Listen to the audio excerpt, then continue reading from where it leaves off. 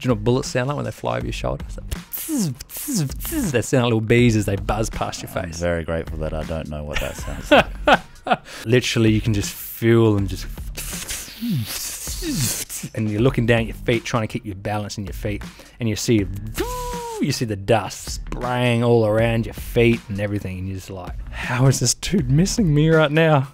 That's Nathan Bolton. He's a former soldier who served 2 tours of Afghanistan as a Special Operations Engineer in the Australian Special Forces. His primary objective was to find and clear improvised explosive devices planted across the battlefield by the enemy, and it led to him coming within an inch of death, literally. There's no torches. I'm doing this all through night vision. I remember turning around and go, guys, I'm laying on an IED. Move away now. Surviving such horror caused Nathan significant trauma, but he didn't know it at the time. Having never learned to process his emotions, he'd instead been conditioned to bottle it all up and get on with the job. It took more courage for me to face my demons than it ever did to stand firm on the battlefield. After getting home from his second tour, Nathan wasn't the same. Suddenly he was experiencing fits of rage and being overwhelmed by a whirlwind of feelings and deep pain he couldn't understand. He was diagnosed with post-traumatic stress disorder and major depression, another battle that almost claimed his life. Suddenly I just start screaming in the car.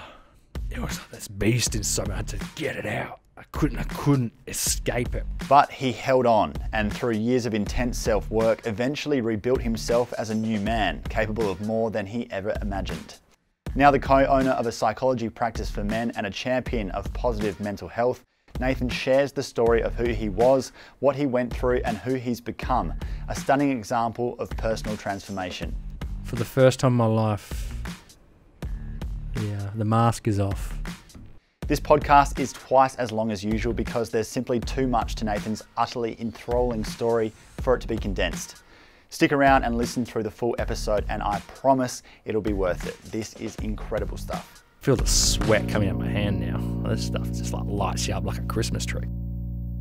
Welcome to Young Blood, an award-winning podcast on a mission to make the mental health of young men a top priority. My name's Callum McPherson, I'm a journalist, and this is our platform to open up and share stories of what we've been through because we're not alone. Let's do it.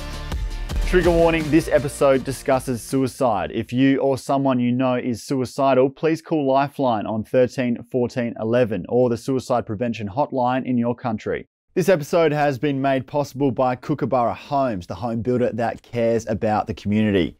Kookaburra is big on investing in local projects that better our society and is an awesome supporter of Young Blood's mission to improve the lives of young men and everyone in their lives by opening up these conversations that we need to have. Nathan, what was your impression of what a real man was growing up? Oh, it's truth. Well, my brothers and I were brought up living in a shadow. My grandfather was a very prestigious, very accomplished man. We never met our grandfather, but our dad always passed on a lot of his stories to us. And I guess from a very young age, you looked on at this man going, holy crap, that's what we got to strive for to achieve in order to, I guess, be satisfied with the life that we live. I was very stoic growing up. Yeah. Let's say emotions need not apply in my life at that time. So it's vulnerability and all that. I was the furthest from it. I think I told a girl I liked her once back in the heyday, and I was like, oh God, Nathan, you're stretching. Did she like you back? No. That put you back in your hole, didn't it? How did you view yourself through high school then? I wasn't the cool kid at all. I worked hard for all my grades. Didn't have any book smarts or anything like that. I wasn't in the cool group. I wasn't in the group that got picked on. I sort of just floated in the middle. I just got through school. But in primary school, I got bullied in primary school. I'll never forget that. Little did I know the impact that that's going to have on my life in later years. What happened there? It was actually by 2 girls younger than me. And they just call me names and pick on me, and I was a small guy. Certainly not the size back then I am now. That would have been pretty concerning. I was a really small kid, and I had no idea the sheer impact that had on my life. I literally forgot about it. But it had been this underlying theme once I unpacked it throughout my entire life, and I only uncovered it 4 or 5 years ago. And as a young kid, you don't know anything different other than like, have I done wrong or anything like that. You just like you blame yourself that you've got some sort of defect when you're getting bullied. And coming from a family that was very stoic, and you weren't taught to pass on the way that you feel and problems in your life. You just suck it up and have a can of concrete, whatever the old expression goes. How much was your self-worth based on the sum of your achievements, given your grandfather's status and the way you were sort of conditioned? The one thing that I had growing up, I didn't have much going for me, but the one thing I did have was ambition. And I guess that is what forged out of my younger years, is I had this unrelenting drive and ambition to succeed. I knew how to set goals. I knew how to achieve goals. Whatever it is that I wanted, I always achieved it. But I guess by the age of 21, I'd finished high school. I had earned a certificate 3 in geoscience, worked in the mines, worked on the oil rigs, was a volunteer firefighter for the Country Fire Service. Joined the Army and rose to Special Forces by 21. So was it the case that everything you ever did worked out to that point? Yeah. If you set a goal and went after it, you got it. Yeah. That's what I learned to be able to do. Goal setting, and obviously and having the perseverance and the audacity to keep pushing through and achieve it no matter what. Little did I know, though, by doing that, I also created one of my biggest shortfalls. And that was not learning to fail. And so... And achieving everything that you ever went after, that was all forming part of your story or your legend as Nathan Bolton, the guy who is this way and achieves these things. Yeah, that's what achieving is what I did. And but when it came to starting to get punched in the face by life, I wasn't prepared, because literally I had not developed any resilience in order to deal with what was about to hit me. There's the expectations and there's reality, and for such a long period of time I managed to maintain my reality with my expectations. I always achieved that you thought that was just going to be the continued trajectory, and that's how it was meant to be. Yeah, but then one day just suddenly just went pulled apart, and I was no longer living up to the very notions in which I deemed to be worthy of the man that I thought I was. Yeah. And so to myself, long began the process where I believed I had failed to fulfill my own expectation of myself. Yeah, which was your key pillar of everything. That meant something to you throughout your whole life. It did, very much so. So, why did you join the Army? Oh, why did I join the Army? Well, growing up, my dad always used to go to the dawn service. Every year without fail, I would always go there with him. None of my brothers would go maybe once every blue moon, but every morning I'd always be there. And I guess for me, I looked on and I saw my old man. Now my dad is quite a he doesn't express himself very much. We call him an emotional icebox these days. That's his one shortcoming. However, every time I'd go there, every year, I'd see the marked respect that he would pay for those who served, and I guess those who paid that ultimate sacrifice. And I guess for him, that came down through his father, who had a absolutely amazing life when it came to supporting those who've served through like World War I and World War II.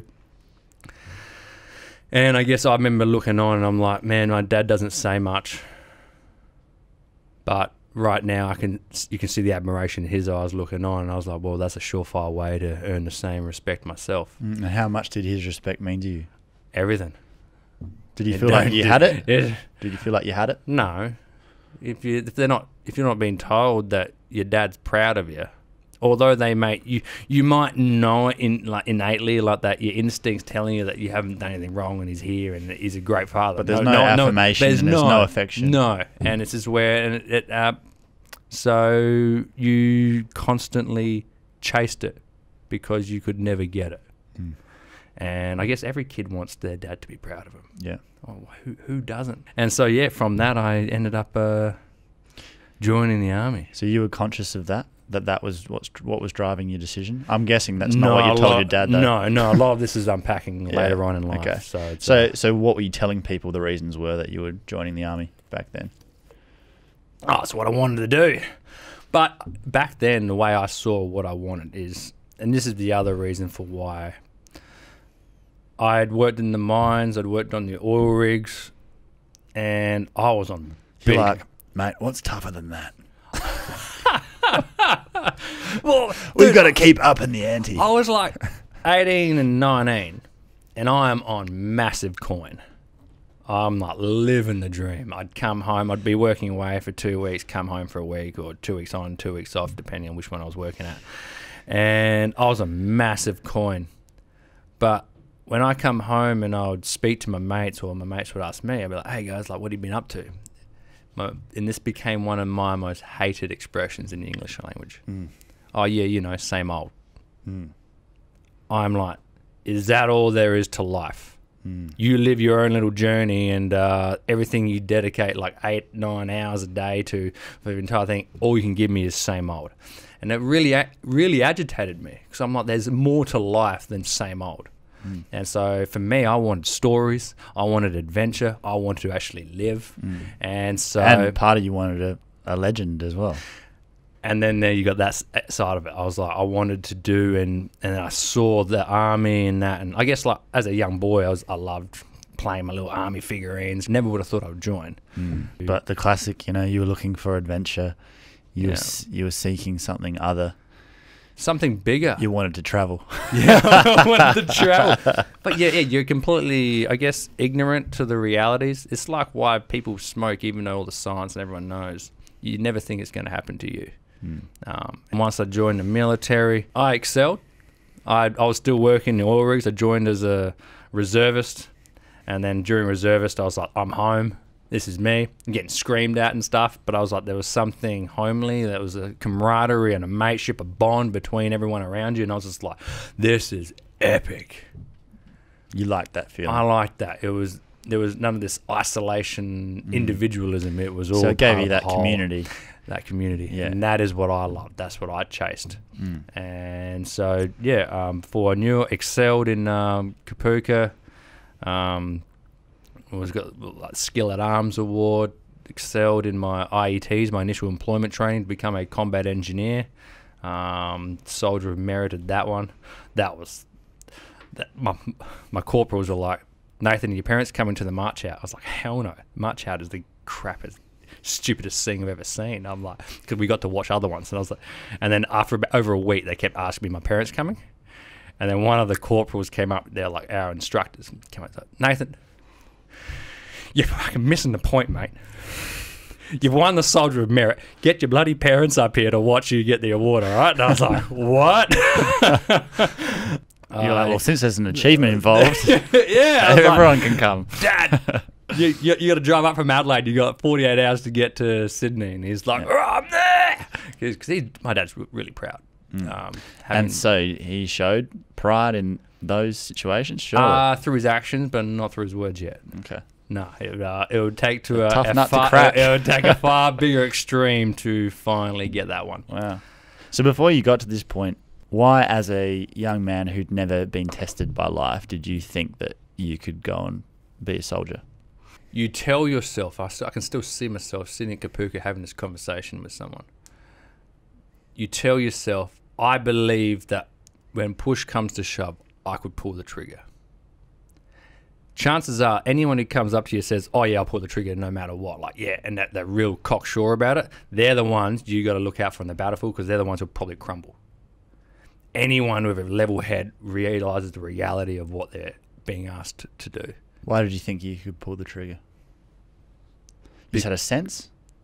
Yeah. I knew that it would be hard. I knew it would be challenging, but I believed that I had it in me to do what is necessary in order to fulfill, I guess, the legacy that our forebears had left, and the Anzac spirit and what they had to do. I'm like, if this is what my country is asking of me to do, then I will do it. And at the time, it's partly for your country, but then when you come to war and you get to war, it becomes that of your protecting your mates. That is all you stand for. And you realise hard and fast it's either you protect them or because of your hesitation, you lose a mate. And so you make a very snap decision, and you learn to defy your morals, your upbringing, your traditions, your morality, in order to fulfill a job that is very difficult to truly understand unless you've been there. Can't. Yeah. There's no way the civilians could understand it. But it's fully. I guess that's what I try to do these days, is try to inform that a lot of these decisions aren't clear cut. Like when you got a split second to make a decision between life and death, I'm like, when have you ever been put in that situation? Were you seeking to be tested? Oh yeah, 100%. I wanted to be put in the thick of it. And because in the end, I remember and you had 100% strike rate too, right? So you probably thought you couldn't fail. Yeah, 100%. But I want to be put in the thick of it because I wanted to test myself. And I had no idea what I was made of. I knew the world was bigger than me. Hence why I chose to put my hand up and serve. I want to be a part of something bigger. I knew the world was not my little bubble. And so by the time I got to my regiment up in Darwin, after about 4 months, I realised a lot of people there weren't up there to achieve much more than bare minimum. And I just come out of working on the mines and the oil rigs, working 12-hour full hardcore days. And I'm like, there's people, I'm being paid to sit there and oil shovels. And I was like, this is like absolutely like messing with my self-worth. A call came out to join the Special Operations Engineers Regiment, which was formerly known as the Incident Response Regiment, to join them. And I put my hand up, and I'll never forget what happened. I went up to my sergeant. I was like, Sarge, I want to go to SOA. And he's like, no. He goes, because in the military, for the first year, once you get in, you're on your L's. Once you get off your L's, you're called private proficient. You're proficient at being a soldier. Yep. And the first year, you're pretty much on your L's. And he goes, mate, you've been here for 4 months, and you want to go join an SF unit. I was like, yes. And he was like, no. He goes, you got to do your time. And I was like, bullshit. And I literally hounded him. And he goes, if you come back to me in 6 weeks and you still feel the same way, come with me with a formal letter of asking your desire to join, and then we'll go from there. And so 6 weeks on the dot, I rocked back up on his doorstep. He's like, get out. Are you serious? But then at that time, a lieutenant had come into the regiment, and he was now one of our senior officers. And he was the same officer who I went through IETs with, that I got the Soldier of Merit for. And he vouched for my competency. And so before I knew it, I got accepted to try out, did all the physical, psychological screening. And then before I knew it, by April 2009, so I joined, went to Kapuka February 08. By April 09, I was standing within SF. Then I did TAG East. So that my first year there was TAG East, so Tactical Assault Group, East Coast. So it's like military domestic counter-terrorism onshore. So it's like, I don't know, the military version of SWAT. Do you know like the Lint Cafe siege? And they wanted to send all the military guys in. They were us that they wanted to send in. Anything serious go down with that? Nah, not much. But it's very disciplined. Like the tempo was relentless. Like boom, boom, like job after job after job, training. That's what you liked. Yeah, and I'm like, you never knew where you're going to be. You're always on the move, always doing stuff. And then as soon as you finished, then we were on the dry for most of it as well. So we couldn't even drink for nearly a year, apart from every couple of months when our bosses would come up to us and say, guys, like, nothing is going to happen this weekend. Wink, wink. And everyone just go out and just get because we were young. Yeah. I was early 20s. Yeah, it's a big sacrifice. Yeah. And so that's when you'd make the most of it. And then after a year of that, told that we were deploying. And so we did pre-deployment training, learned how to find bombs buried in the ground. So the search and clearance of improvised explosive devices. And how many did they have doing that sort of training? Because I imagine it'd be pretty specialised. Well, at the time, it was still IED warfare really only came in mid-thousands, 2005, 6 onwards. But it was sporadic as well. There was one or two here and there and all that sort of stuff. It wasn't until about 2009 when it really started to ramp up. So it was, although we were trained to do it, it was still a we were trained in mine warfare, so it was part of our job description to fulfill this role. But it was in Afghanistan per se. It still wasn't it only really started to rear its ugly head in about 2009. And so, yeah, we ended up going and then down to like Woomera and all sorts of different places to do all that training and all that because, and I think there was a period of time there. I think I was home for about 3 months out of over 3 years. Did you mind? No, I didn't have a partner. But I'm like, you wonder why relationships are so put on edge when you join the military. Over 2 years. Yeah, 3 months over 2 years. And what did this all do for your ego? I grabbed hold of the soldiering identity. I became a soldier. Nathan Bolton, I am a soldier. And this is what I do. Now, how much do you think that's necessary? Definitely it's not necessary, but to buy into it really, it enables you to let everything else go. And you become a great soldier because you got no other beliefs or thought patterns. So it served me very well on the battlefield. Yeah, you're just part of the unit, and you've got your teammates back, and that is all you are. Yeah. You're there for your mates, and you're there for your job role. Very important. And that's where they try to get you to. Yes, 100%. So trying to chip away at any sort of individuality and largely get rid of that. 100%. Yeah. They're trying to unify you. Everyone needs to be on the same page.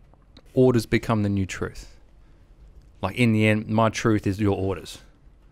And your orders are whatever your opinion is. But that becomes the truth for me if you give me an order. Now, there's times on the battlefield where I was ordered to do things and you're like, we ended up walking into an ambush because we were ordered to. And we were looking at each other going, why are we doing this? And there was this officer sitting up in his little hilltop with his binoculars going, oh, yes. Oh, go down this way. We're like, no, we know there's an ambush down there. And he's like, no, I order you. Go clear that area. And I still remember looking at Patrol Command and I'm like, is he for serious? But in the end, it was an order. So he did it. And we got ambushed. How did that go down? It was like it wasn't massive. It was just a small one. But they took their shot and we all got out of it. But it's important. You can't take away the importance of orders and why they become a truth. Is because in the end, I am on the ground in my one area. That is all I know.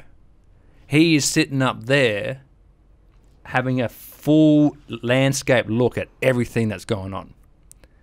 I don't know exactly what is happening, and so if I don't fulfill my duties and what I'm told to do, that may impact and threaten the lives of those somewhere else. And it's the domino effect. 100%. You all have to have each other's backs and do what you're told based on ranking. The way it's set up is like that for a reason, because each individual can't see the whole picture and try to think about how it all fits together. It's too much. You just have to do whatever's in front of you. Very much so. But that's got to be easier said than done sometimes. Sometimes it is. And that's why it would have to be so drilled into you before you go and get deployed, because when you get asked to do something that if you weren't so trained and you weren't of that mind, you might really question or falter or freeze and you die potentially. If you question... Or your mates die. Yeah. If you question hierarchy, it's called insubordination and you can get charged for it. You're not allowed to lip back to hierarchy. How do you remember feeling when you touched down for your first tour? Oh, okay, yeah. So it's... what song was playing?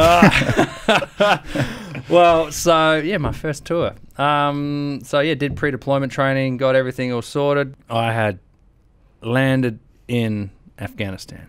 I'll never forget the dirt runway. The rear tailgate of the Hercules opens up, and you got all your body armor on, all your hat, and you're like, your helmet and all that, and you're coming out of all your bags and all your crap, and you're just like the 50-degree heat, just like belted you. And you're just like, holy crap, it's hot. And then you look around, it's just like a desert, and then you see these huge mountains just like lining the landscape, and then you see these green patches all the way through, and you're just like, holy crap.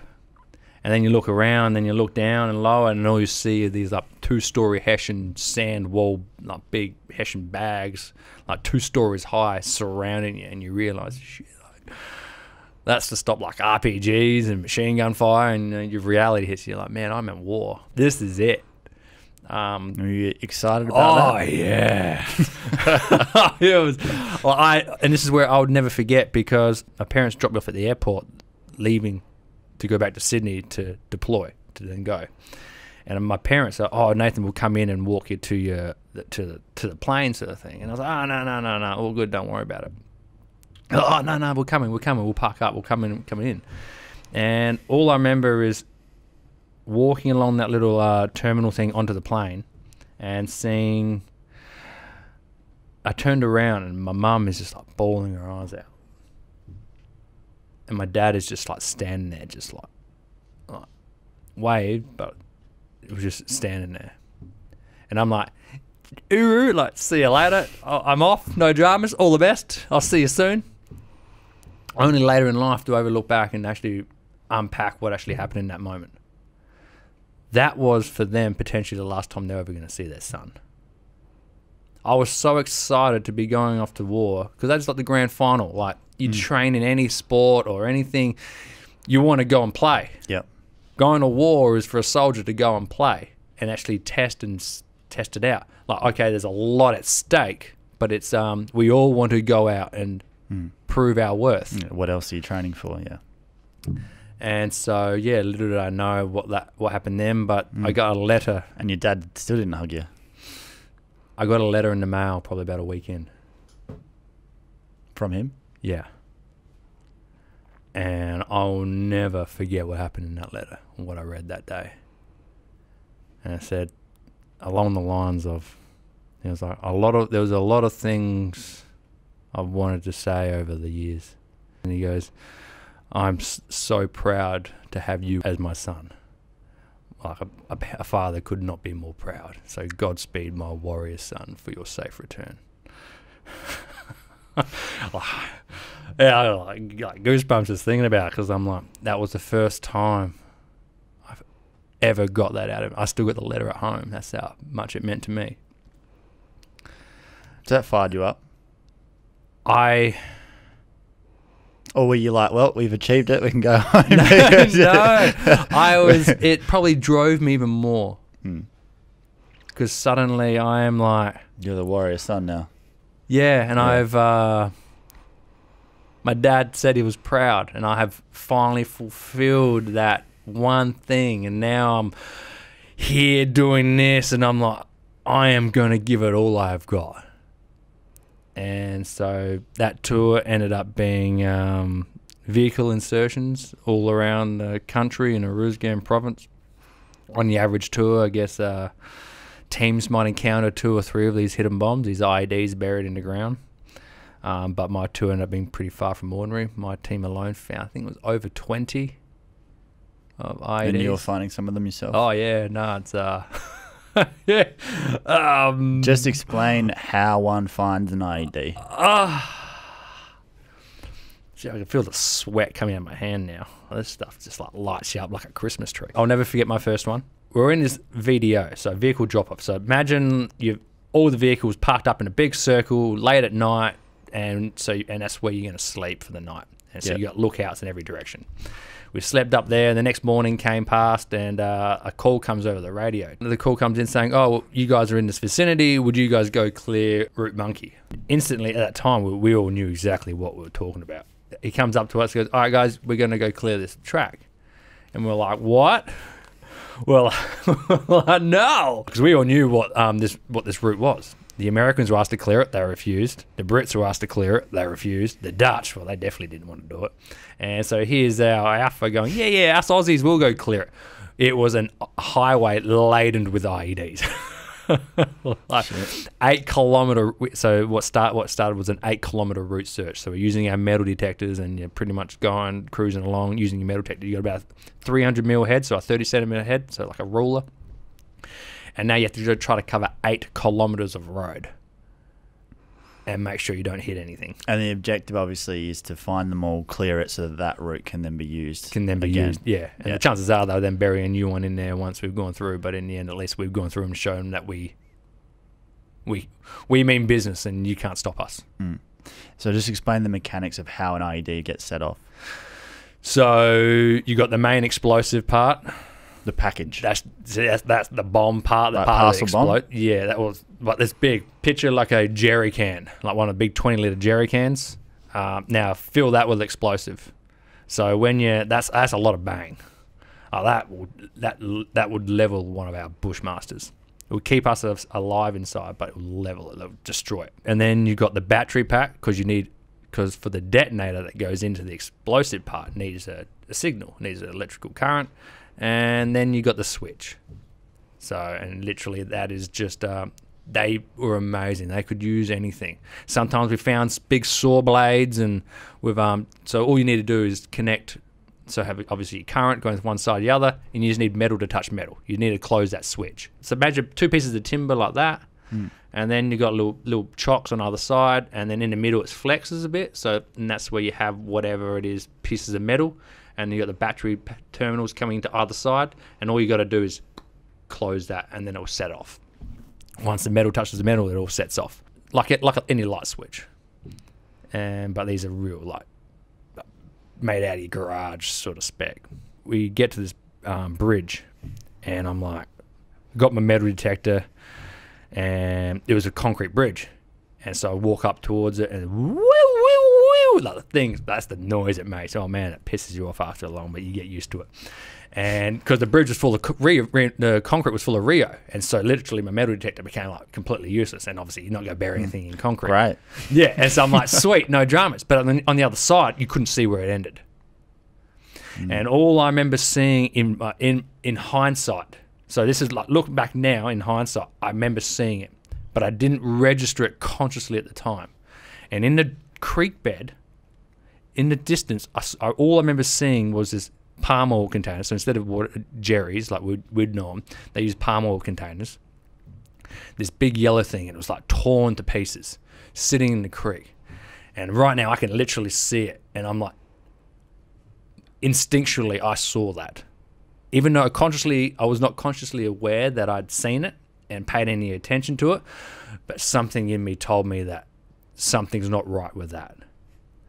And so I got to the other side of the bridge, and I'm like searching, woo, woo, woo, woo, and I'm like, I pop down a knee, feel my hand into the dirt, and constantly feeling my hand into the dirt, and nothing there. Take a knee, woo, woo, woo, woo, and I did it like 5 or 6 times, and suddenly this little one. I was like, what the hell was that? And I was like, but I'd been through 5 or 6, and all I remember is my hand running on the hard dirt surface, and then just disappeared into this like cavern, this hole of loose dirt. It's like going straight into like loose sand. And as my hand slipped in there, suddenly I hear this Coke bottle cracking. So do you know one of those real cheap plastic bottles you buy from like On the Run or something like that? Imagine the bottle the snapping noise. The snapping noise of the bottle just starting to crack. And I could feel it, and I just froze. I was like, oh! This is the first one that our tour had found. We didn't even know what it was at the moment. Behind you? Yeah, everyone's in the cars behind me and all that sort of stuff while I'm going over, because I was the first one over doing all the initial clearance. And Lucky you. Yeah, it's always, you're like, why am I always first? Yeah, I got labelled as a lucky charm, mate, because we always found him when I was around, which is pretty funny. I was like, oh crap, and I slowly started backing my hand out, and you could hear the bottle like trying to retaking its shape. I didn't know what it was at the time, but when I heard it, I was like, it sounded like a plastic bottle. And I'm like slowly pulling out, and then I do this basic clearance, and I'm looking around, and suddenly I see this top of the bottle, like one of those little drink bottles upside down. And I'm like, and as soon as I saw that and uncovered the top of that, I just take a step back, and you can see the entire Ied laid out. Although it's all buried, but you can see it laid out. Because you're looking for like anything that distinguishing features, lines, like dug out dirt. That's what you become very good at, seeing disturbed earth. And I'm like, I could see it all laid out, and I'm like, sweet, like, Terry, you're up, mate. So I was like, and he's just like, oh yeah, it's like, because it's the first one, man. Everyone was really excited. And so he came down, and I went back to the car. I was like, well, I'm just gonna crack open a can of Coke, and I'm like, oh, I need to try to calm the farm down. Like I was like running on hyperdrive right now, and he went down there, did the so he laid all the counter explosives, and then he did a pull of the actual pressure plates because we want because with the tape, like we try to get fingerprints and all sorts of stuff. So we want to try to find out who's been doing it. But basically, that guy comes through, puts explosives on the explosives, and then detonates it. Yeah. But then we got the switch back, and he showed me the switch, the thing that I'd crushed, and it was a plastic bottle upside down with a copper nail in the top, and then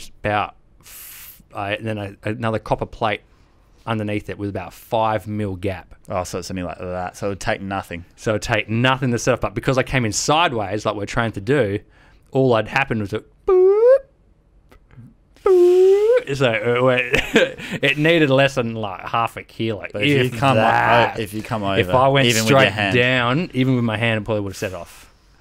And so I was like, yeah, and 20 kilos of explosive to a human being is, I don't really need to explain the what that looks like. So then did you have to go through the rest of the trench? Like after they detonate the first one, does that take out a few others? No, it didn't set off anything.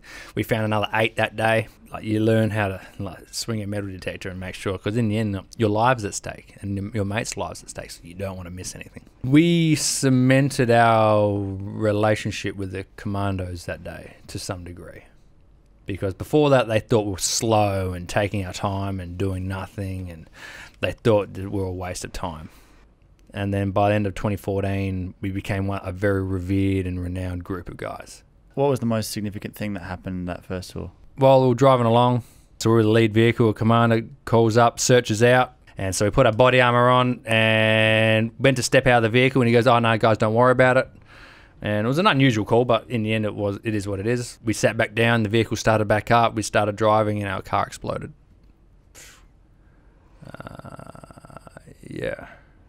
Just chaos, mate. Literally everything just went black. It was so violent.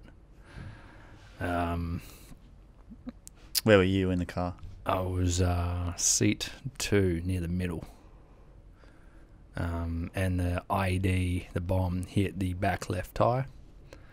Everything went black, and you have no idea if you're alive or dead. You can't see the dust. It was like pitch black. You can't see. I was covered in of Coca-Cola, like cans of soft drink had like exploded in the car. So I was covered in sticky shit. Did it flip or anything? No. These vehicles are huge, big vehicles. Is this the Bushmaster? The Bushmaster, and they're designed to take an impact of about 20 kilos. So we are. So like you said, it leveled the vehicle, but you survived. Yeah, but I'll never forget my mate who was on the rear gun. So he was sitting up on the top of the vehicle, manning the manning the gun on top of the wheel that exploded. And I'll never forget him as he fell in through the roof, just gasping for air, just eyes wider than like the black of night, and like stare just deep into like nothingness. Jeez. One moment we're on the verge of sleep, and the next we're on the edge of death. And man, like fuck, I was only 22. Did he die that day? No. And that's the amazing thing. Is this how dependent we became, and how important those Bushmasters were, and how well built they were. So they saved a lot of lives. So yeah, that was first tour. Yeah. I don't know. I gotta stop talking about it somewhere, because a lot happened on that first tour. But in the end, it was pretty good. When you got home, how much did it play on your mind, especially that event you just spoke about? It didn't. Yeah. But with that said, there was a 2-week period when I first got home, and I became very angry and almost wanting to be violent. Why do you think that was? At the time, I had no idea. All I remember, I was at Cronulla, Northies, when it happened. When it first set off, it was like probably been home for like 2 days. And I hadn't gone back to Adelaide yet or anything like that. I was still in Sydney. And I just saw this one guy smack his mate over the back of the head with a it's like a baker's tray, like a metal baker's tray, and then they're all laughing and fighting each other and all that sort of stuff. And I'm like, you guys have no idea, sort of. You have no idea what guys sacrifice for you guys to act like complete and utter dickheads. And I looked at it in absolute disgust.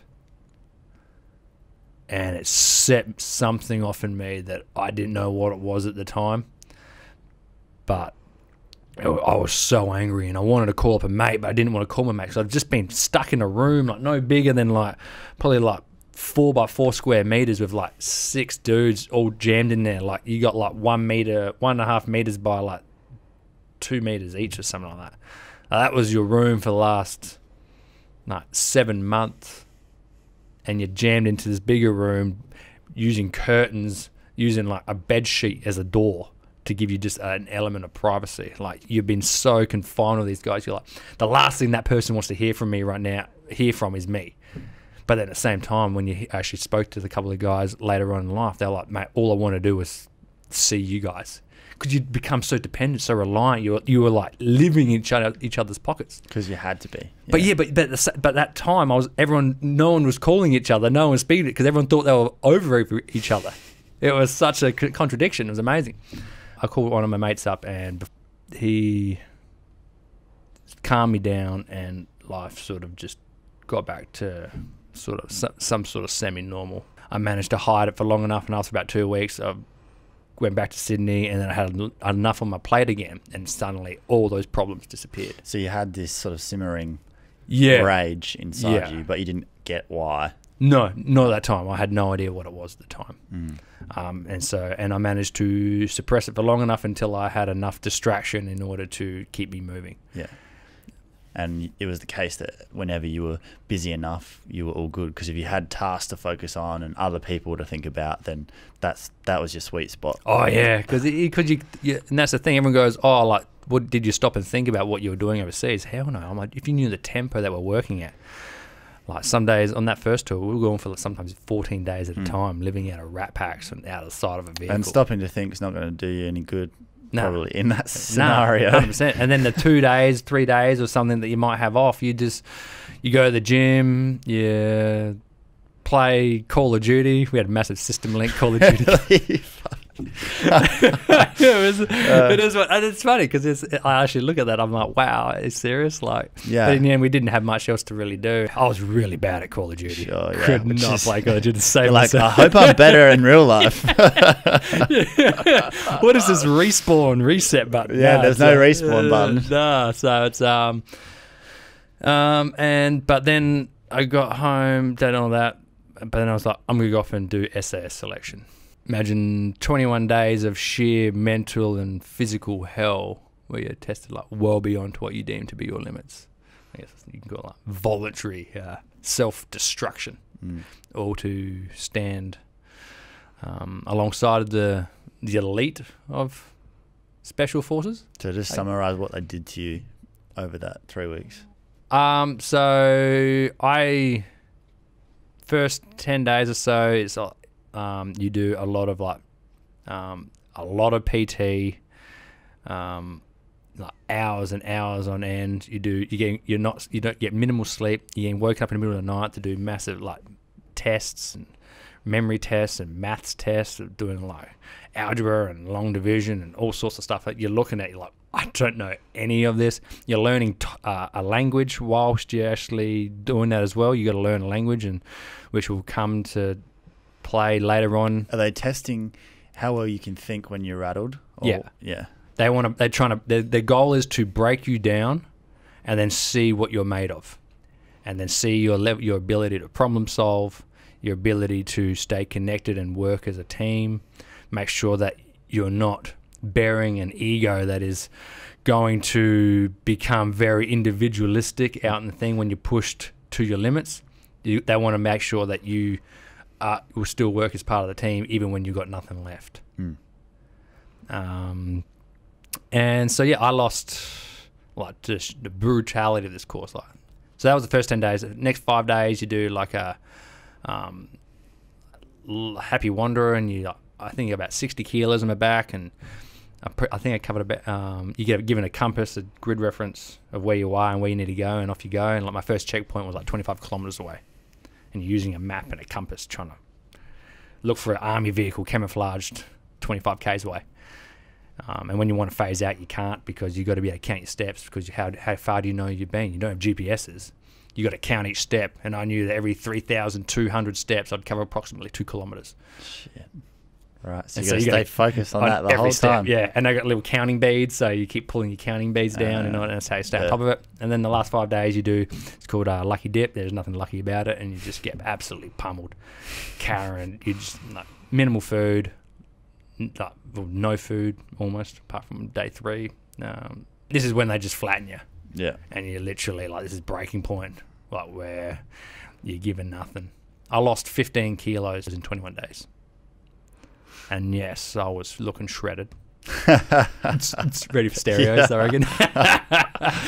But I was pretty malnourished, mate. So it's but at the end of the course, out of the 120 soldiers who were at the peak of their game, who started, I'm not to go there, to have the audacity to attempt SA selection is like massive.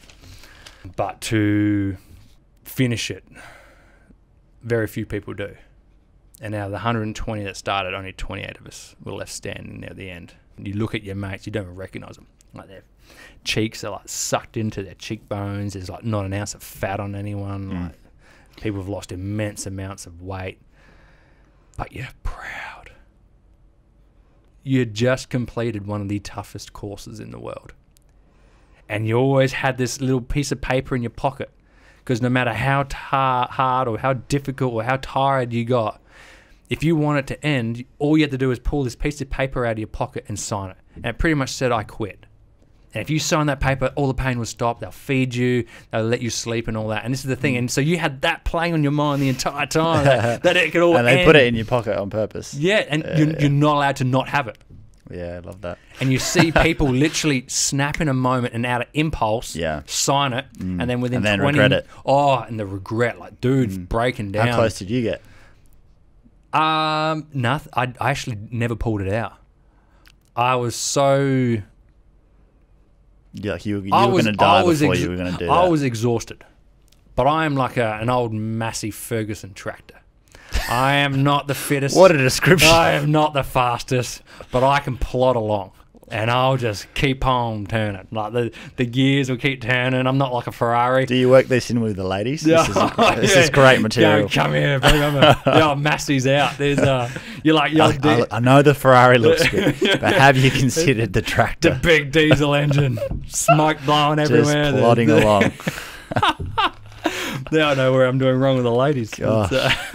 By that point, if you wanted to test your mettle, there's nowhere else to go but there, on the extreme end of the spectrum, and you did it. Yeah.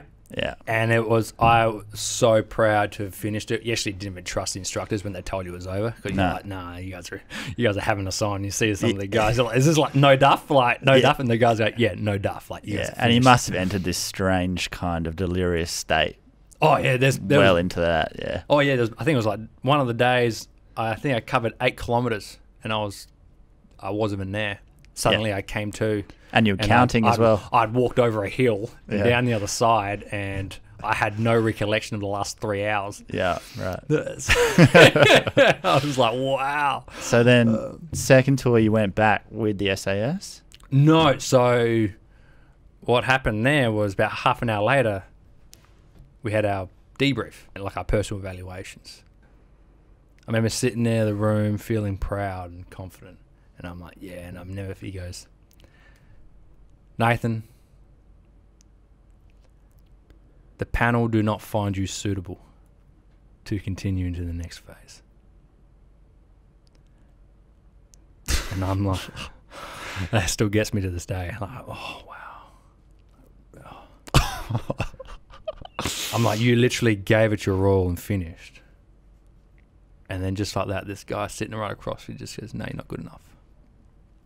How did you respond to that? That moment became one of the greatest battles in containing emotions that I'd ever faced to that day. Like, oh, man, you're internal, so I'd begin screaming at the thought that you're not good enough. Like, I'd always strove to be the very best, and suddenly found out that I was not the man that I once believed I was. But you did it. You did the work. But he didn't tell me that I was good enough. Did they say why? And I allowed someone else's judgment of myself to become a dictator of who I am. Mm. Did they tell you why? They said you had amazing problem-solving abilities under extreme pressure and all that sort of stuff, even when you're delirious. Although a lot of the times the guys didn't listen to you. I guess I wasn't being verbal enough. I was trying to hold it all together myself. Like, I'm not gonna lie, like, I was in pretty bad shape. But I got through it. But I apparently had a communication issue. You had to rate your mates, and I thought everyone was epic, except this one guy, and I thought it was a loudmouth and super arrogant. Over 3 times we did it, I kept saying he's a piece of shit. And then at the end, he got in and I didn't. So you think that's what it was? That really pissed me off. But then 3 months later, he got shunned by the rest of the guys, and then within 6 months or 4 months, he was the instructors saw it and he was booted off course for being a piece of shit. And I'm like, I was delirious, and I could have told you that. But in the end, yeah. So I got a little bit of satisfaction out of him not getting booted. But I'm like, you wasted a spot on that guy, and I told you that. Yeah, and you didn't get a phone call saying we were wrong? No, not at all. So it's once you're out, you're out. Once you're done. They asked me to come back, so they were obviously happy with what I did. But in the end, they asked me to come back, and that was it. Usually once you've done it once, they don't let you come back for at least 3 years. Sometimes they say don't ever come back. But in that moment, having been removed from that, not being accepted, I guess that rattled me. Well, I guess suddenly I found out I was not the man that I once believed I was, and I guess the success that I expected myself to achieve. Do you consider that your first true failure? I had failed. Even though you had done it. So it's bullshit. Yeah. Objectively. It's like, are you kidding? But in the end, nothing else matters unless how you subjectively experience it. Mm. And to me, the guys that I idolized and I wanted to be a part of them, they were the judge of who I am. You'd failed in their eyes. And so to me, I had failed. I did not have the skill set to know that although I wasn't good enough for them, that doesn't mean I'm not good enough as a man or not good enough as a soldier. I just didn't have a perspective at that time. Mm. I allowed them to dictate my own beliefs of myself. And I returned home to Sydney a rattled shell of my former self. And it became like a shift in my own beliefs of who I am. Because you weren't in control then. Yeah, and what I believed I could achieve. Yes, I lost control of who I am. Because when you allow others to dictate that and your self-worth and you put all the weight on how you're viewed and what others tell you are, then you no longer are in control of yourself. No. So, yeah. So was that anger, did that rear its head again then when you were back in Sydney? No, because within about a month of getting home, although congratulated by everyone, I was back on pre-deployment training and I was redeployed back to Afghanistan like 5 months later. Yeah. And I was like, if anything was going to redeem my sense of pride and being man, I was war! War would be its maker. That's the best for that, isn't it? I was like, I can just imagine the intensity that would have been within you going back for the second time after being told you weren't good enough by the SAS guys. And I went back there and like I was going to fulfill my job to the utmost. And then on this tour, and instead of doing the vehicle operations, it was predominantly like helicopter insertions onto known Taliban strongholds. Did you notice that it felt different to the first time? That you were different?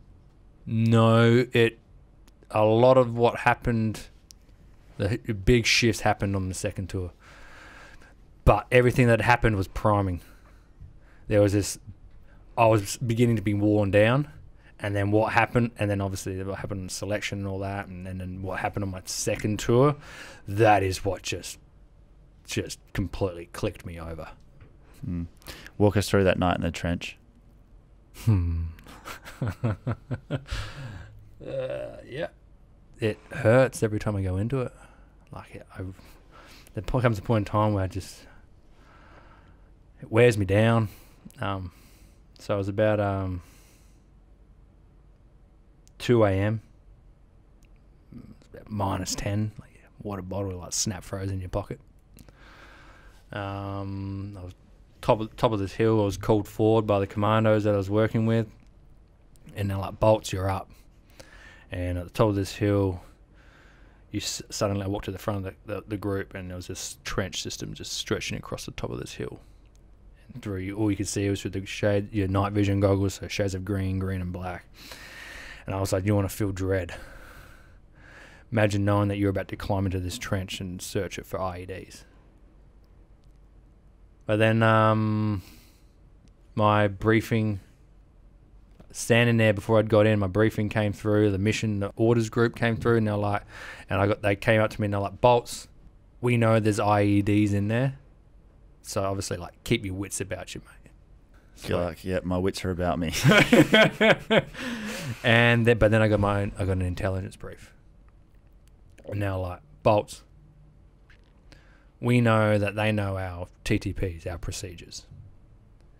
You are about to use a metal detector to find bombs that have no metal in them.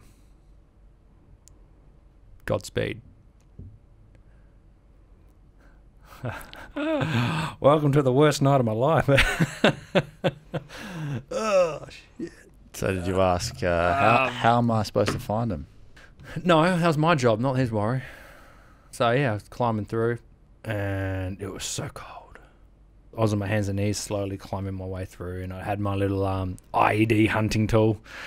Who needs a mine prodder or military issued equipment when you can go to Bunnings and get the old garden rake with the old prong thing? That was my IED hunting tool of choice. Nothing more Aussie than that. The Bunnings special, mate. That's grab a snag while you're there.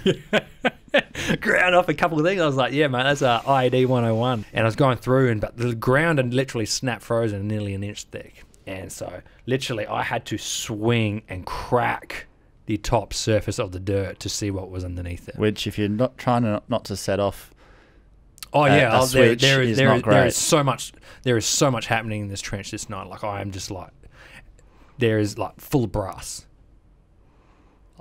There was a gunfight in there about 6 months earlier, full of brass, where one of my mates was killed. And so now that's running through my head as well. And so I've got all this brass clippings just getting hits on my metal detector, and I'm just like, and you got so much emotion running through you. And I remember I was banging through, and then I remember seeing this big chunk of dirt break free. So I'm on my hands and knees, I'm on my guts, laying up, propped up on my elbows, and this big chunk of dirt, and I'm like, "Yeah, capitalize."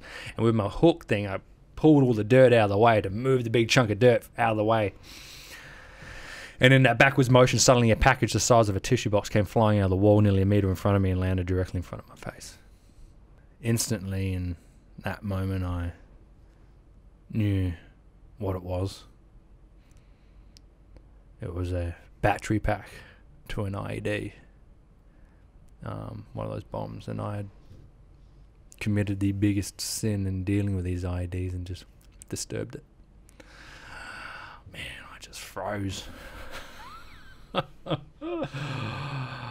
Yeah, nothing can really prepare you for a moment like that.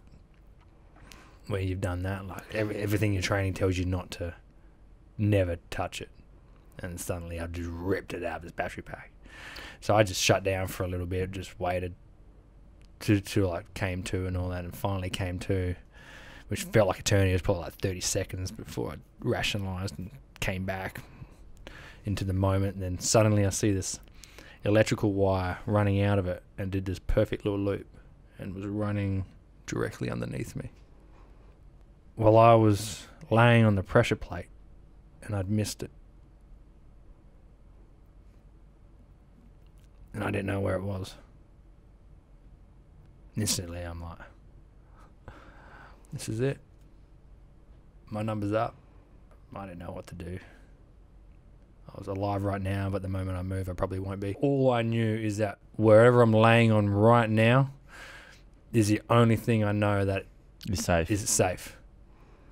And so, yeah, what took probably a while, I finally came to and But in that moment, that's when I accepted my own death. Like, I was just like, this is it.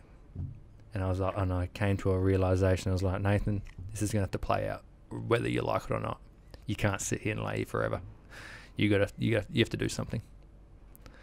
And so I came to, and I was like, well, the most likely place for this bomb to be, the switch to be, would be centralized to the pit. So what I did, I was like, well, if I brace my elbows and my hands and my feet out as wide as I can, I'll get out of the central part of the pit and hopefully in that prevent myself detonating it.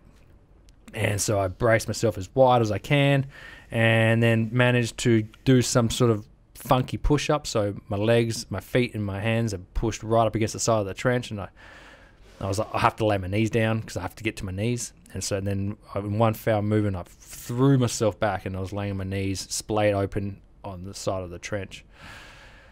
And I got to here, and I'm like, oh, God damn it. And all I remember is I turned around,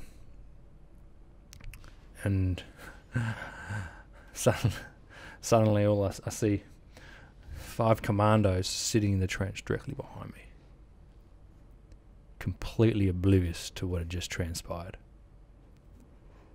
And I'm like, I'll never forget it. Just my jaw was like locked. And it was all through night vision. There's no torches. So I'm doing this all through night vision. I remember turning around and goes, guys, I'm laying on an IED. Move away now. I can still see his jaw just drop. And obviously that didn't have to be told twice. They're like, good luck, mate. They jumped ship real quick. They got the hell out of there, and then me being an engineer, doing what engineers do best, we were all alone, left to fend for ourselves. And so here I am laying on top of this bomb with absolutely no idea where any of the components are, apart from the battery pack that I'd ripped out. And I'm like, I got to get out of here. And I managed to get to my feet, and then in some weird funky motion did some crazy commando roll, and managed to jump out of the trench. And all I remember doing, I stood up and I'm like, woo! That was close. I'm alive. I was like, wow, well, I'm not, stuff that. I'm not dealing with that right now. I'll deal with that in the morning. I ain't going back in there. I'll get a tech up here, like explosive tech, to come up and do his thing. And I was like, easy as, no dramas. Don't go in there, guys. And so the tech came up in the morning, did all the, laid the counter explosives and all that sort of stuff, and uncovered all the componentry. Turns out that the pressure plate was underneath my chest, but I was braced up on my elbows, and the plate was only about that wide. And so pretty much if I'd taken one more bite further, I would have set it off. So actually committing the biggest sin and ripping the battery pack out stopped me and actually saved my life. And the lives of everyone behind you. Well, that's the thing. The explosive wasn't underneath me. It was underneath my 5 mates who were sitting in the trench behind me. And that was the hardest thing for me to deal with, is that I could accept taking the lives of myself, but almost costing the lives of 5 of my mates due to my inaction. To me, in that moment, I failed. But actually, the irony is, had you not done that, you would have done it. I did everything I could. I did everything right. I should never have been in that trench in the first place. Never should I have been in there looking for that. But they insisted that they wanted to use it, and I found it seems like a suicide mission. Yeah, later on I look back on it, I'm like, what the hell? And people know that too. No one understands why I was sent in there that night to do that. It was stupid. And isn't it actually looked at as a case of what shouldn't happen? Yeah, so I've heard it was used as a case study. But in the end, I don't know the details. I've never seen it. This is all hearsay. But it's one of those nights that would never leave me. And for many years, I found myself unable to describe what happened. The dread, the fear, the unknown, the end, I guess. Yeah, I didn't have any words to make sense of what happened that night. And so I did what any bloke believes he should do. And like I'd always done in my past, I buried it. as deep and as distant as I could, out of sight, out of mind. I pushed it deep inside, hoping and believing that it would all just go away. But ironically, it doesn't work like that. A lot like an IED. Yeah, you bury it, try to hide it, leave it there, hope that it will go away, but eventually, yeah. If someone steps on it in the right time, in the right circumstance, it will blow. And for me, I kept burying, because not long after that, one of my good mates, ended up standing on an IED and it detonated. And I was one of the first responders for that, and I guess doing first aid over him, like blood and shrapnel wounds just lining his body. In his last moments here on this earth, I guess he laid there. He only ever asked for. He wasn't laying there asking for like money, success, a fancy watch, or a nice car, or any of the materialistic things that so many of us hold of so much value these days. No. In his last possible moments here on this earth, he only ever asked for two things. That was his friends and his family. And you learn hard and fast at a very young age what is truly important. Money and toys will come and go, but it is your friends and your family that will mourn for your loss. You'll be remembered for the way you made others feel, not the way you treated your toys. And that's where these days I say, like, leave a legacy, not a Lamborghini. And for me, that's a lesson that I'll never forget. Do you remember what you said to him in his last moments? He survived, but I'll never forget the last time I saw him on the battlefield. I took because the sun was out, and I took the shade cloth off him that we were using to cover his eyes from the sun. And I was like, I'll see you next week, mate, all right? And I grabbed him by the hand and that was the last time I saw him until maybe I got back to Australia. Did he survive because of you? Blow his leg off? No. So he didn't do any of that. The IED was buried deep enough that it was that he copped a lot of the blast wave and the shrapnel, but he was far enough away that it didn't do that. So there was more, but the effects of it was still drastic enough. A couple of guys got badly injured. But then by then I was on 24. Yeah, we had missed by an enemy sniper. Had RPGs, fly meters in my head, been more gunfights than I can remember. Been pinned down by enemy gunfire. Did you pull the trigger? I pulled the trigger. Day that you never forget. Do what you got to do. But I guess for many years after, you start contemplating, questioning your actions, things that you've done, whether you had to or not. And I guess I spent many years trying to work out whether I'm still a good person, although I have done bad things. That's where the moral injury comes into it, because I'm not like a highly trained, cold-blooded killer, mate. I'm just an ordinary man with a set of skills sent to war for my country, and I don't go to war. I don't choose to go to war. Our country sends us to war, but they need people to do it, and I volunteered to do it. So obviously, for me, being there is on my shoulders, but at the same time, I'm not the one who creates war. That's the political side of the house. You're following orders. Yeah. What was the situation? For what? When you pull the trigger. It's just when you're an engineer, surrounded by 6 commandos, and by 9 a.m. in the morning, you as the engineer have got 30 bullets left. You know shit's hit the fan. Like, I'm surrounded by commandos and all. They're shooters. I'm an engineer. My job is to protect them from the bombs. I'm always a shooter, but my job is to protect them from the thing I can't see. It's a last resort, yeah. Yeah. And so when I've run out of ammunition, it's on. Yeah, it's been a good morning.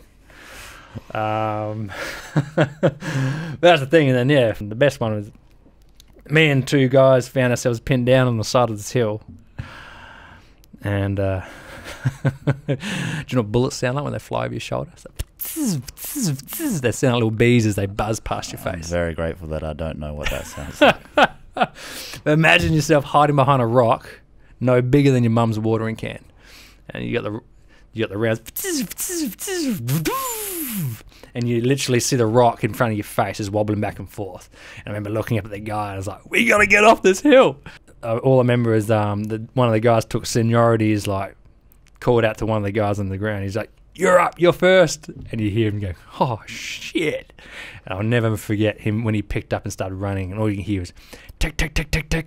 Tick, tick, tick, tick, tick, tick, tick, tick, tick, tick. I'm looking over my shoulder, and you just see the rounds.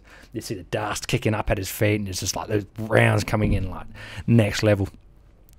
And then suddenly he's getting his way down, and I'm like, oh shit, I'm next. And I'll never forget when I picked up and started running down this scree slope. So it's a real loose, rocky scree slope running down.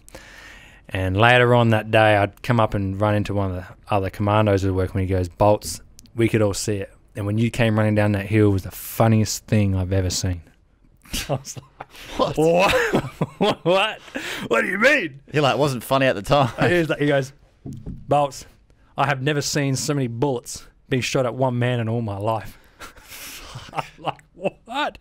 I'll never forget that. And I still remember picking up. I'm a big target. And literally you can just feel them just... And you're looking down at your feet, trying to keep your balance in your feet, and you see the dust spraying all around your feet and everything, and you're just like, how is this dude missing me right now? And you just keep running, and you got nothing. Like, I'm not shooting back. I am literally doing everything I can to just get down this hill as fast as I can. And got to the bottom of the hill. I ran into this compound, and there was this window aimed at the direction where he's coming from. And I was like, because we still got one more guy to get off the hill. And so I ran around to the window, and then I turn around, see my mate running down the hill, and I slowly eased around the window to take this dude out, and suddenly these 2 rounds just come straight through the window and missed my face by, like, I don't know. It's like I almost felt it. And I turn around, there's a wall right behind me, and you see these 2 bullet holes right there. And I'm like, oh, God. And I just sat full auto. Out the window, while we try to get our last guy off the hill, and it's like dang, just trying to keep him down. And yeah, we ended up getting pinned down for like 3 hours. All hell broke loose. We couldn't get out. That dude, yeah, he was causing us a lot of grief. We couldn't find him. What happened in the end? We ended up having to call like a section attack, and they came in, flanked him, and we had like mortars, grenade launchers, like dropping grenades on him, and literally trying to, like, so that we could get out. That's the thing. But you blow it off. Like, we all got out alive, and you just pay it off, and you don't really see the depth of what you actually did in much detail until you actually, I guess you get more understanding of what the day was like from others than you do yourself. So yeah. But then after, the whole day, everything just escalated. And then by the time I came home, something was wrong. It was like this pain that I'd never felt. Like, I was, 24? And, literally just, everything just started, and this wasn't a physical pain, like, this was a pain, it was like something, I had no understanding of what it was. And so I kept trying to push it down and bury and ignore it, but just, every now and then I'd be driving home and suddenly I'd just start screaming in the car. It was like this beast inside me. I had to get it out. I couldn't escape it, and it just kept. And I'd be like punching my steering wheel, like just trying to unleash, get out of me. And I didn't know what it was, and so I got symptomatic relief, like literally screaming and punching stuff just to get some freedom from it. But it always kept coming back, and then but by the age of 26, and seemingly at random, you just have these outbursts. It would boil and boil and boil, and then suddenly it just get too much. And by the age of 26, that's when it literally, I was medically discharged from the army. I'd torn multiple ligaments in my hips in my second tour, had bilateral hip surgery, spent many months bedridden.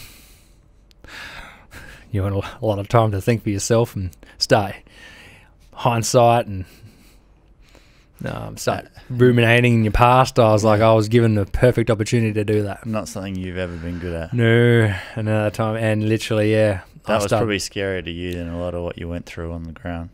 Took more courage for me to face my demons than it ever did to stand firm on the battlefield. Because the things that you can tell yourself, that is the shit that nightmares are made out of. And for me, being diagnosed with PTSD and depression, I'm like, I would deal with the PTSD, that was bad. The depression, having no sense of self-worth or value, and how horrifically I thought of myself. I hated myself. Even after everything you'd done. I thought I was worthless, a piece of shit. Suddenly, like the proud, confident man that I once was, I look into a mirror and see the reflection of a man I still knew, but the man underneath was no longer me.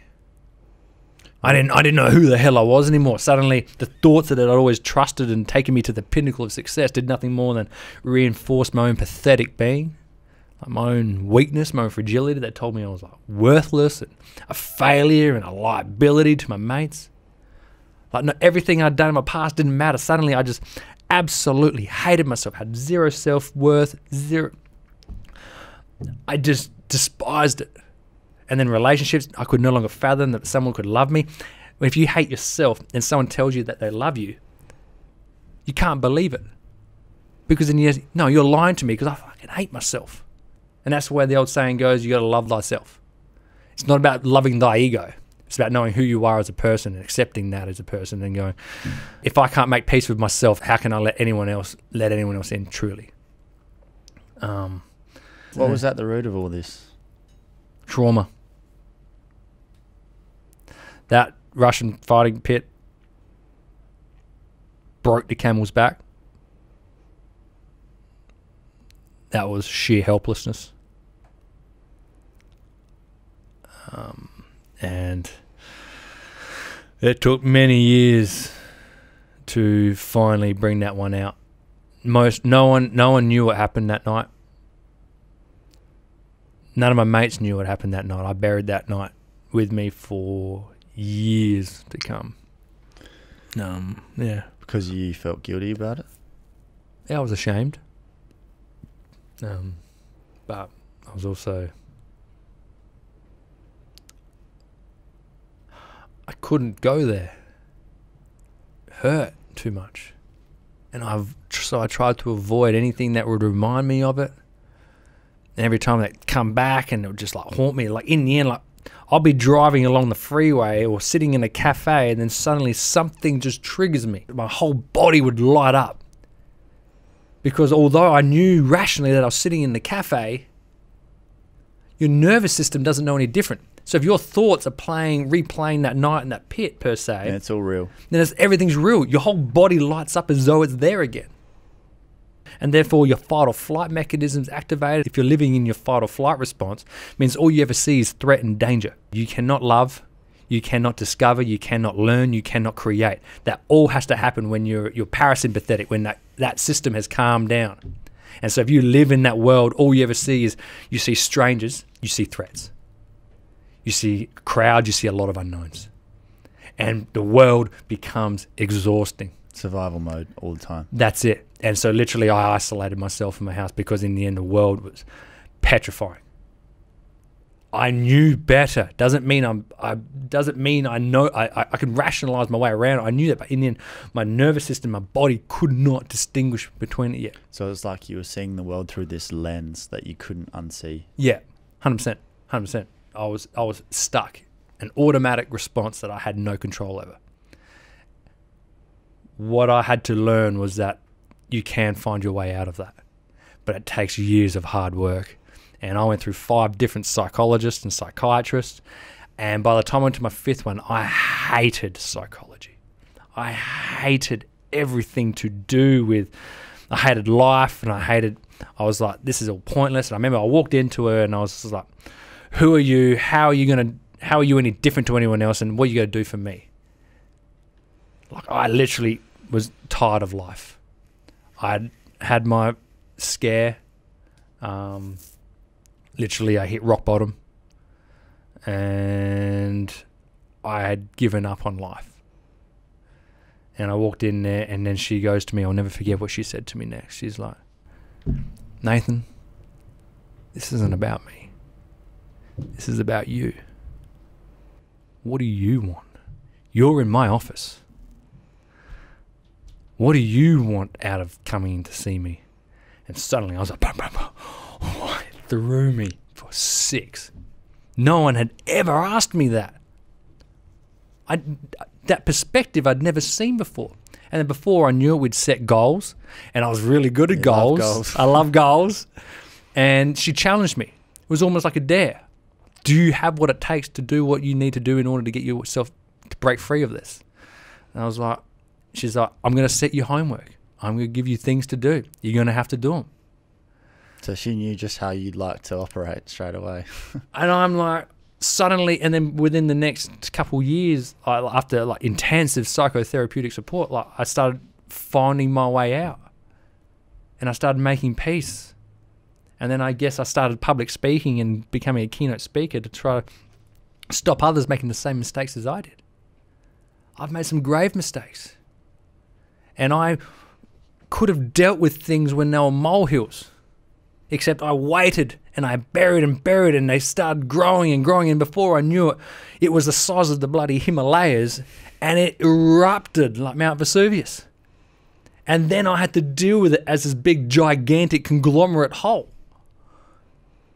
Instead of going, all right, I'm dealing with a problem right here, let's face it. And one of the times dealing with it. But at that time, I'm like, mental health wasn't even a thing back in the 2010, 11, 12. Let alone in the military start talking about mental health. Like, you're pretty much, emotion was, you were taught to suppress that. And it's for a reason, because on the battlefield, you can't be curling up into a ball. There is a reason for it. But then what I try to pass on to others these days is that being a man is not about just being stoic. Stoicism is great. And everyone keeps talking about toxic masculinity. There's nothing wrong with masculinity. It's about rigid views on anything is toxic. For me, stoicism served me very well on the battlefield. But when I came home, I needed to have the courage to stand up and actually walk in and go, I need help. But I didn't have that fluidity of view. I only ever saw it in one light. That courage was about heroism and duty and all this honor and going to war and the real hardcore, tangible things that I could hold on to. I didn't even know I could introspect. I never even knew that I could look inwards and actually start questioning myself, and that what my view of the world was what was wrong. There was nothing wrong with the world. I hated the world, but there was nothing wrong with the world. The world had not changed. What had changed was the lens in which I was perceiving the world because of my past experiences. You'd already learned an extremely powerful lesson from war, which you couldn't apply to civilian life until you learned these lessons, which was that you can't do it alone. 100%. But that would be the number one thing that would stand out, having gone to war and had your mates back and had them have your back, that was absolutely true. Yeah. Yet in public life, you couldn't see that. No, but like being alone, I'm like, if I had all the answers to help myself, I would not have spiraled to the depths of hell where it almost cost me my life. Like, full-blown suicidal ideation, came up with an idea and a plan. And I was lucky to have an interrupter. A mate found me when he did. And I remember him coming up to me, he's like, "Bolts, what's wrong, mate?" And I just collapsed. Just broke down. I was so confused. Nothing was making any sense. I had gone from this high-achieving and ambitious and respectable man, a man who stood tall at the front line of Australian Special Forces, a man who in 2013 was awarded Soldier of the Year, voted by his hierarchy and peers as the one man that every soldier would want to be fighting alongside if shit hit the fan. Out of anyone, they chose me. And now just 2.5 years later, I was this. And I was like, what the hell happened? I'd gone from such a optimistic, proud person to the guy who literally couldn't even justify his own breath, where to sleep forever became the most merciful thing. Like, I was done. Fuck. Yeah. But it's not over. And that's what I learned now. If you're willing to do what is necessary, and you have the courage to do what it is that you need to do, then reach out, ask for help, realize that you can't do it all alone. If you had the answers, you wouldn't be in the position that you're in right now in the first place. Go seek help. Don't stop at one person. If you're not connecting with the person, go reach out and speak to another one. No two psychs are the same. Don't blame psychology after seeing one psych, and don't just stay with one psych because it's easy and comfortable. Move on. Change. Find one that you connect with. And yes, okay, you're going to have to uncover your story a few times until you find the right person. But once you find the right person, you only have to tell that person once. But you got to do the time in order to find the right person. And I went through 5. Apparently going through 6 is a normal stat. And so I fit right up in the mold. Sweet as. No dramas. How did you go through that therapy? What was in your mind that allowed you to keep dragging yourself through that? I'd always believed that if my mind and body had changed into this somewhat unusable and rather defective state, I'd always believed, surely if my mind had changed into it, then surely I can change it back. I always knew that I could never be the same as what I once was. You can't undo the past. But surely life could be better than this. If it was up to you. Where my life is right now, I made a conscious choice that it wasn't good. That life could be better. Now, by asking that very question, that life could be better than this, without knowing at the time, I actually later found out that was actually hope in disguise. Hope is a very powerful thing. A belief that you could one day break free from the shackles of your own, and the burdens of your own thoughts, and that one day it was possible to actually live again. And so using that, I always managed to find meaning and purpose to keep pushing and doing what I'm doing. And I look where I am now, and I'm like, shit, I am just an ordinary dude. But I had the courage to lay everything out on the line. I was like a car, a wrecked car. I had to pull every component out of that car, strip it back to a bare shell, and start rebuilding it, replacing everything that wasn't working, every broken component, and trying to salvage whatever was left. And I can tell you right now, I had to replace most of the car. But I was like a blank canvas. When I finally went into my last psych, that's when I literally had my biggest scare. To sleep forever was it. And I was just like, everything that I am has got me to this point. And so I am going to learn and listen and let go of any pre-existing beliefs or notions, because everything that I am is what hurt me. And so I started rebuilding from the ground up. You had to become something else. But it took years. You can't, I had to learn to make peace with my past. I had to make peace with a lot of those traumas. They will forever be scars that you'll forever bear. But like for so long, it's like a beach ball in the ocean. The beach ball was the trauma, and I was jumping on the beach ball, trying to hold it underwater, trying to bury it, and the amount of energy and time it takes to just try to bury this pain. I was exhausted daily, just trying to get through the day, just trying to hold it underwater. And then suddenly with support and help, I learned to get off the beach ball and allow it to just be there. I stopped fighting it. No longer, although a lot of those past experiences will never leave you, they'll always be a part of you. But for the first time, they were no longer defining me. That was the moment where I managed to start breaking free. Is because I could go in and draw experiences out of them and whenever I needed to, but I wasn't fighting them anymore. It was just a part of my life. But I had to make a lot of peace with it, and I had to learn that I didn't fail, that I'm not a shit person. I was deserving of a second chance. That life does have meaning and purpose again, because everything that we all try to take for granted, like I'd lost sight of.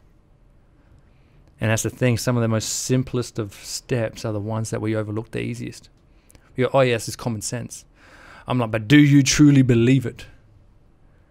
And I truly believed at a time I had no purpose, I had no meaning, I had no reason to get out of bed every morning. And when you wake up with no reason and no purpose, what's the point of getting out of bed in the first place? And that is a sad and miserable life when that is your existence. Especially having just fought so hard to stay alive and to keep your friends alive. My entire job became staying alive from myself. I was my biggest enemy. And it's hard looking back and knowing that wasn't very long ago. That was only a few years ago. What have you been able to do since then? Everything I can to stop others making the same mistakes. And that's where, with my brother Daniel, we established Bolton Brothers, a psychology company committed to changing the face of men's mental health. We take a gendered approach to mental health services, focusing that on the needs of men. It's pretty funny how a few years ago I had psychology, and now here I am creating a psychology company. We got a psych practice based out of Kent. From a guy who hated psychology. yeah, 100%. But I'm like, I learnt I was just doing it wrong. That was it. I didn't understand why I was there. I thought they were meant to fix me. I thought they were meant to heal me. My goal was to go in there and allow them to help me help myself. Their goal was to offer perspective. You unload your burdens, and they will help you shift, using a lot of evidence-based research, to shift your perspective on what you're going through. Allow you to see it differently. You have all the tools to help yourself. You have to solve your own problems. But sometimes you don't have the right perspective in order to do it. And then they use a lot of their tools to offer you good perspective. And then, I'm like, my early days, I was like, what does my psychologist know about war? Why am I even complaining? Why? I'm not going to see a psych who's never been to war. What's the point? I'm like, no, your goal, this is a throwaway line that I know I've heard a lot of vets use. And all I try to tell people these days, I'm like, your job is to go in there and see a psych. Your job is to teach them. Teach them about being a soldier. Teach them about what it is that you went through in war. And through educating your psychologist, you will also begin to form a narrative and begin to understand it yourself. And when you learn to understand, especially when it comes to like PTSD, which is fragmented thought, you start to create a narrative where you learn to piece the puzzle back together. And so you'll start helping yourself by explaining it to others. And that's what I've found doing all my speaking. I've actually learnt to make sense of so much of what I have been through. So I do a lot of keynote speaking. I rip my experiences apart, my ego, my mistakes, my own ignorance. I put it out in front of everybody and just rip into it. And I'm like, if any of you see yourself making any of these same mistakes, I'm like, check yourself. I will put myself, and it hurts because it is the utmost of vulnerability. And no matter how many times I do it, it scares the hell out of me getting up there and doing that. Because literally I am judging myself in front of others. But I do it for none other reason to help others see within themselves that they may be doing the same mistakes as I did. And if they are, do something about it. Because life doesn't have to be that way. If you're hurting right now and you're not doing anything about it and you just believe that's where life is, then do something about it, because it doesn't have to be like that. And then, sit on the Premier's Council on Suicide Prevention, which help drive policy and change. Wellbeing SA's Advisory Committee for Mental Health. And then the state rep for the Special Operations Engineers Regiment Welfare Association. It's like a military, my old unit, their welfare association. So I'm the state chapter representative here in SA. So I do everything I can now to help others. And what evidence have you gotten that the work you do does help? I'm not very good at taking compliments, so I like data dump that stuff. I am so bad. I've got enough support over the years to let me know that what I'm doing is necessary, needed. And I guess when I needed it most, back in 2012, 2013, there was no one there. And I had no one there to say, Nathan, what you're going through is normal. What you're going through this is what it is. Don't hate yourself, but go do this instead. This is what you're going through. Instead, I had to scour the depths of hell and find all these answers for myself.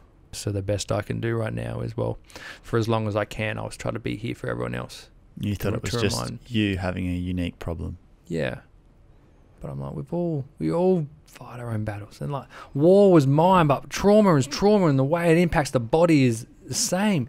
I'm like, whether you're going through a relationship breakup, whether you're financial difficulty, job security, or anything like this stuff is stressful.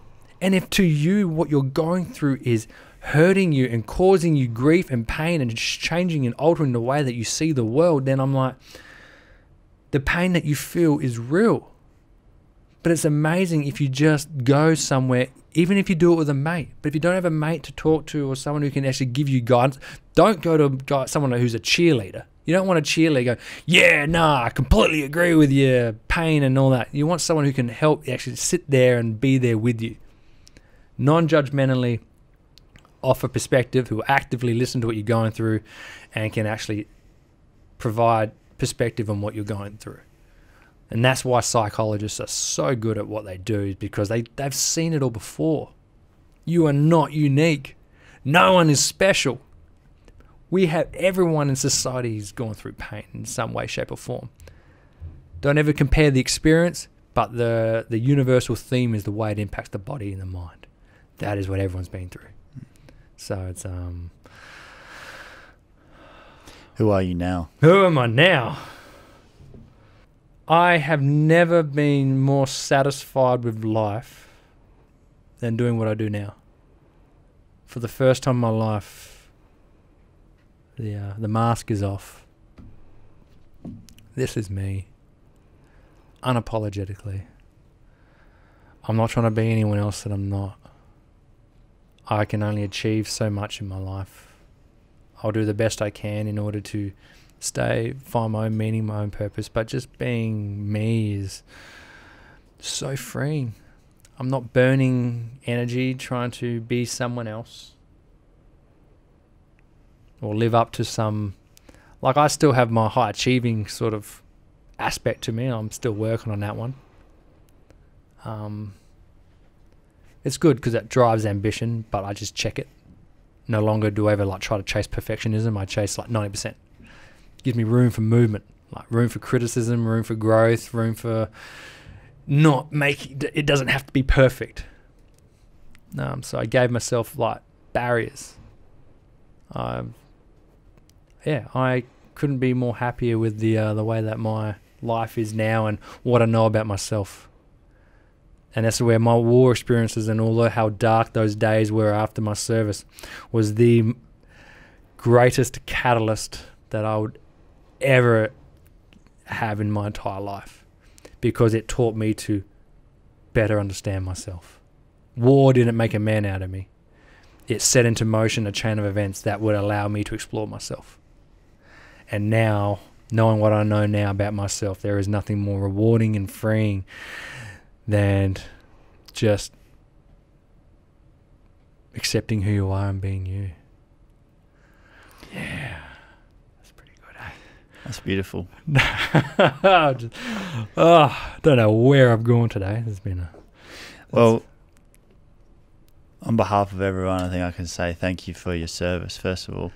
And thank you also for not giving up when it looked like that's the way it was going to have to go, and for doing all that work over those years to become the kind of man that you've become now. I think hearing your whole story, first of all, it's jaw-dropping all across the board, and it's hard to pin down where you were most courageous, I would say. Anyone would think that, it's got to be the war stuff and the glory on the battlefield, but I think what's so inspiring and intriguing about your story is that battle that you fought within yourself and capacity to be able to overcome that in the end and face those demons and have it all almost break you, but not let it. And then rise from that into someone who can help others and shift others' perspectives and contribute to saving lives in a way that's so rare and so powerful. And I think any veterans listening to your story and the way you talk about it, it would ring home so truly. And just anyone who's been through any sort of trauma, the way you speak about it is so raw and undeniable and relatable. And I think you now being an example of what's possible if you just persist and not just bang your head against the wall, actually look for alternatives. And if something's not working, don't assume that nothing's going to work. Just keep looking until something does, and know that while it's the battle that you're fighting, you also can't do it alone. You need to find the right help. Yeah. And look what's possible. 100%. I mean, it's fucking amazing what's possible. Our struggles are the prime movers within our day-to-day lives. Yes, they are our pain, and yes, they are our suffering, but they are also our greatest teacher, passing on lessons that we will never forget. As Friedrich Nietzsche, a famous philosopher, once said, "Only great pain is the ultimate liberator of the spirit." And I doubt that such pain makes us better, but I know it makes us more profound. Thanks, mate. That's it for this episode. If you're getting some value out of the show, please help us out with a quick rate and review on Apple Podcasts. All our podcasts are recorded in video, so follow Youngblood Men's Health Matters on Instagram and Facebook, and subscribe to our YouTube channel, Youngblood Media, to get the full picture. And please leave us a comment if anything resonates. We love hearing from you. You're more than welcome to join our inner circle by signing up for our e-news through our website, youngbloodmedia.com.au. And most importantly, please share this podcast with anyone in your life who might need it. We're all about reaching as many people as we can. A special thank you to our sponsors and our local business supporters who back the work we're doing. We're all in this together, and we need all the help we can get. Until next time, this is Youngblood. Thanks for being part of the mission.